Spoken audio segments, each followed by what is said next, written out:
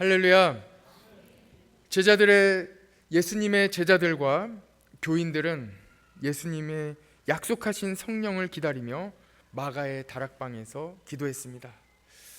예수님의 제자들과 예수님의 약속을 기다린 모든 성도들과 같이 이 시간 우리 모든 경북 신도청 중앙교회 성도들도 오직 예수님이 약속하신 성령을 기다리며 함께 기도하며 또 주님의 말씀을 사모하는 복된 시간 되시기를 간절히 축복합니다.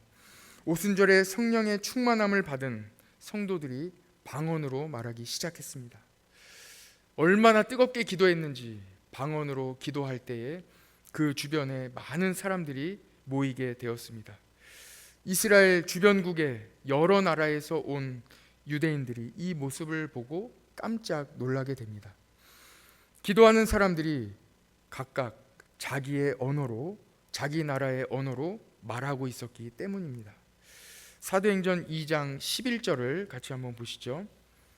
우리가 이미 살펴본 바 있지만 2장 11절에 보시면 우리가 다 우리의 각 언어로 하나님의 큰 일을 말함을 듣는도다 하고 이 성령의 충만함을 받은 사람들이 방언으로 기도하는, 뜨겁게 기도하는 이 기도의 소리를 알아들었다는 것입니다. 다 알아듣고 그 알아들은 내용이 바로 하나님의 크신 역사, 하나님의 일을 증언하고 이야기하고 있는 기도의 소리를 듣게 되었습니다.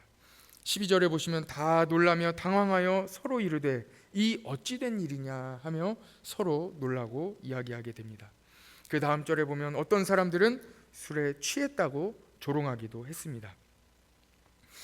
여러분, 마가의 다락방에 모인 성도들이 얼마나 뜨겁게 기도했겠습니까? 예루살렘이 들썩일 정도로 뜨겁게 기도했습니다. 정말 뜨거웠습니다. 그래서 그 주변에 예루살렘에 있는 많은 사람들이 기도하는, 뜨겁게 기도하는 사람들의 주변으로 모였습니다. 많이 모였습니다. 다 모여서 무슨 일이 일어났는지, 도대체 무슨 일이 일어났는지를 궁금해서 다 모였습니다. 어느 정도 잠잠해졌을까요?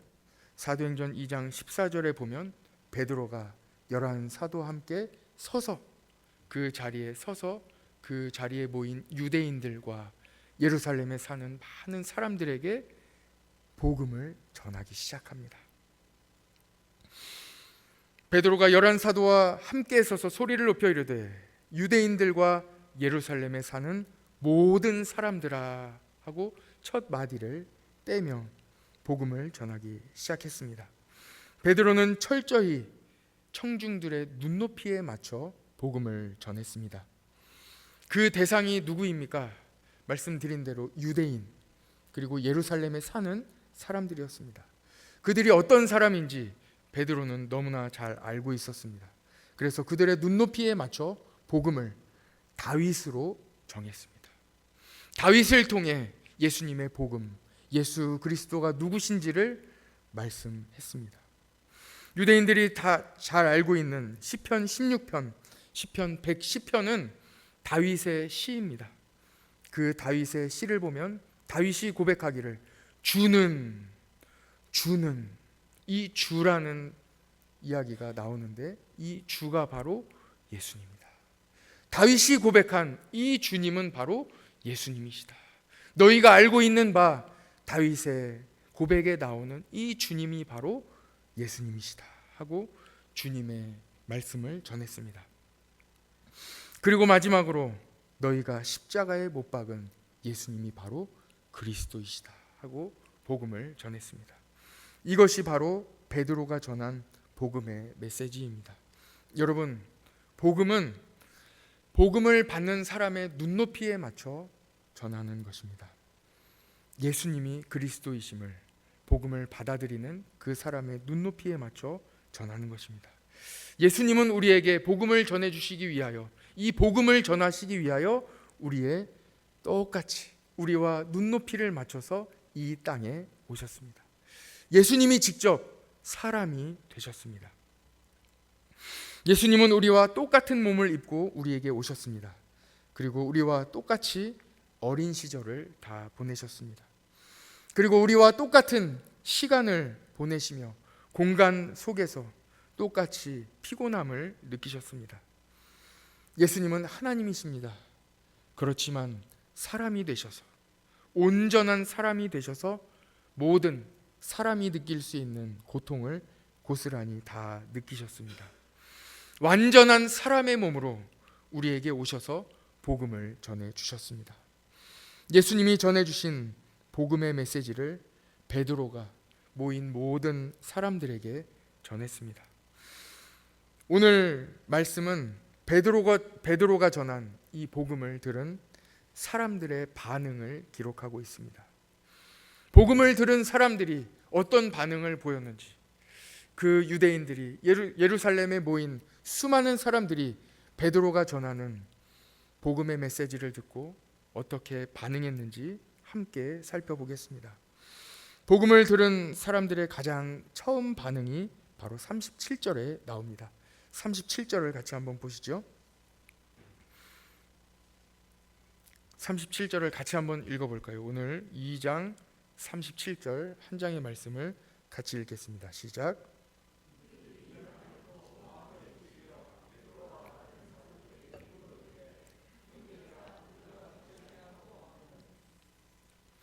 그렇습니다.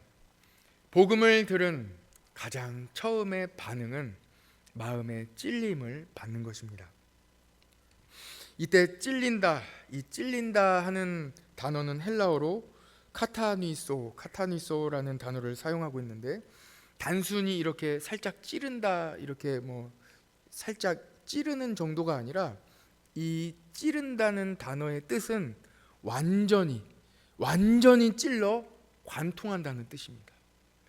이때 마음이 찔려 이르되 할 때 이 찔린다는 이 말씀은, 이 단어는 완전히 내 영혼까지 관통하는, 온전히 찔림을 받는 이 찔림의 뜻을 가지고 있습니다. 찔러 관통한다는 것입니다. 히브리서 4장 12절에 보면 하나님의 말씀은 살아있고 활력이 있어 좌우 날선 어떤 검보다도 예리하여 혼과 영과 및 골수와 관절과 찔러 쪼개기까지 하며 또 마음의 생각과 뜻을 판단하나니. 그러니까 하나님의 말씀이, 복음의 능력은 그 말씀이 우리를 찌른다는 것입니다. 우리를 찌르는데 살짝 이렇게 흉내내는 찌르는 것이 아니라 온전히 우리의 영혼과 골수와 관절과 우리의 마음의 모든 것까지 다 관통하여 찌르는 하나님의 능력이 이 말씀에, 복음에 있다는 것입니다. 이것이 복음의 능력입니다. 말씀이 우리 안에 거하면 어둠을 찌릅니다. 우리 마음 속에 있는 어둠의 부분을 찌릅니다.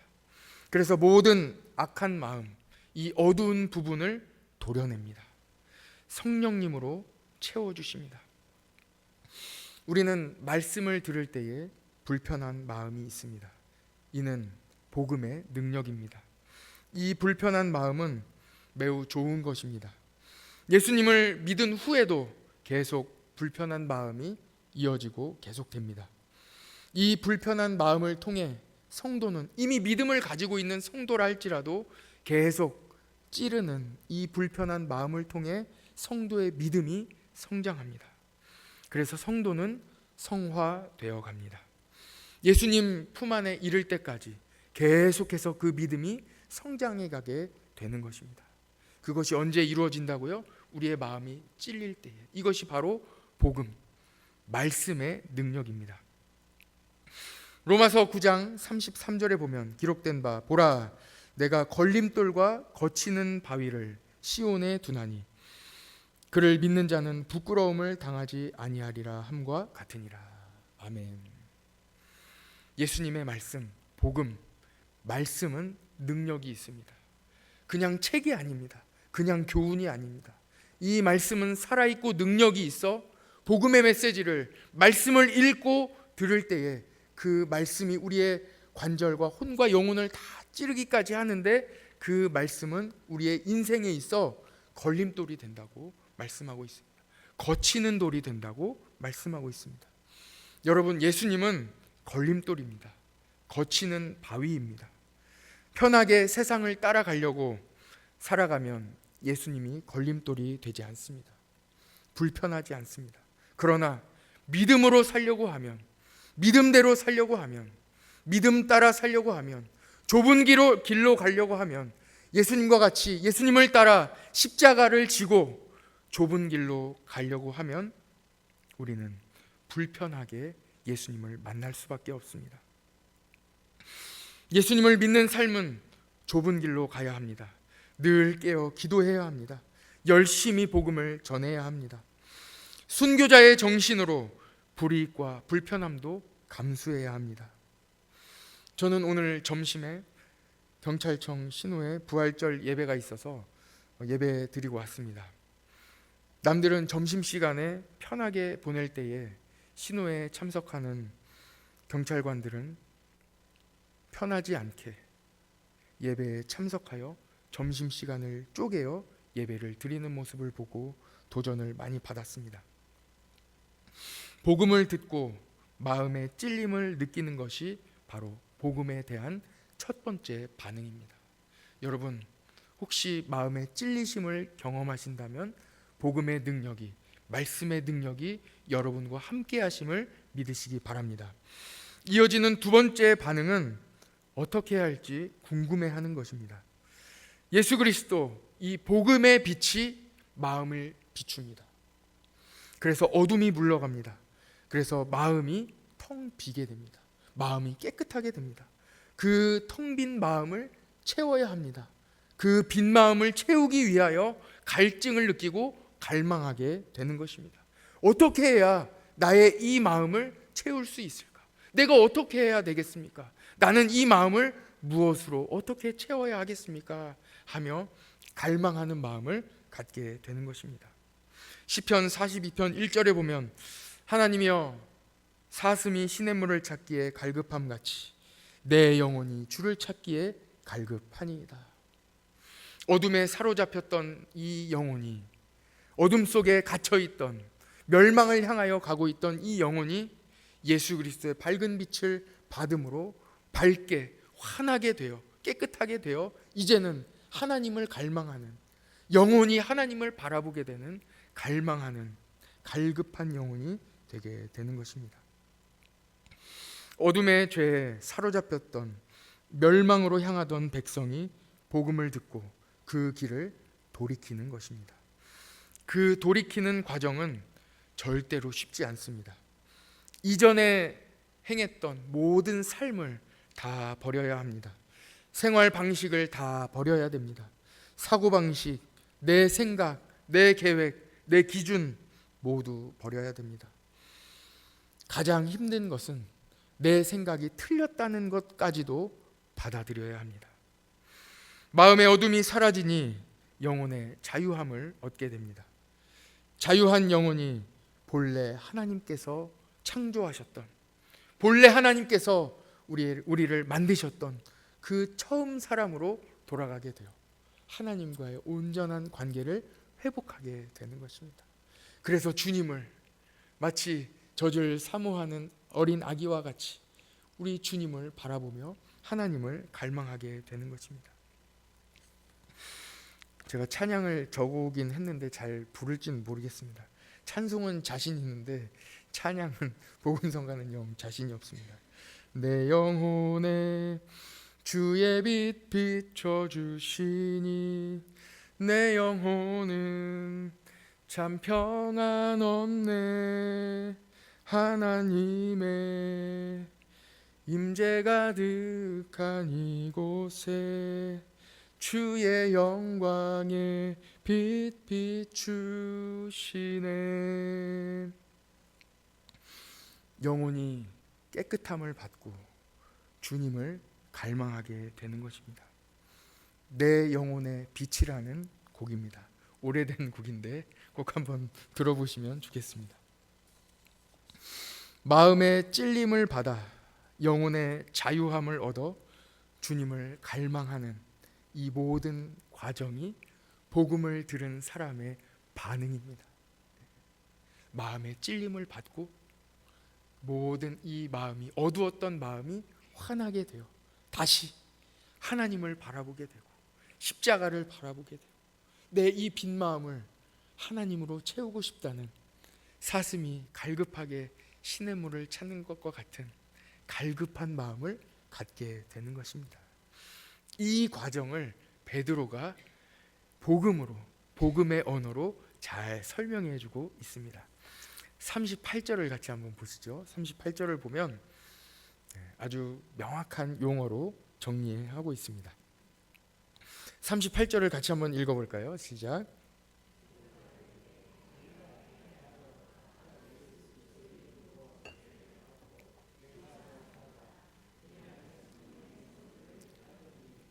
아멘. 그렇습니다. 마음이 찔리는 과정이 무엇입니까? 회개하는 것입니다. 회개하는 거예요. 우리가 회개함, 죄사함을 받는 세례를 받아야 되는 거예요.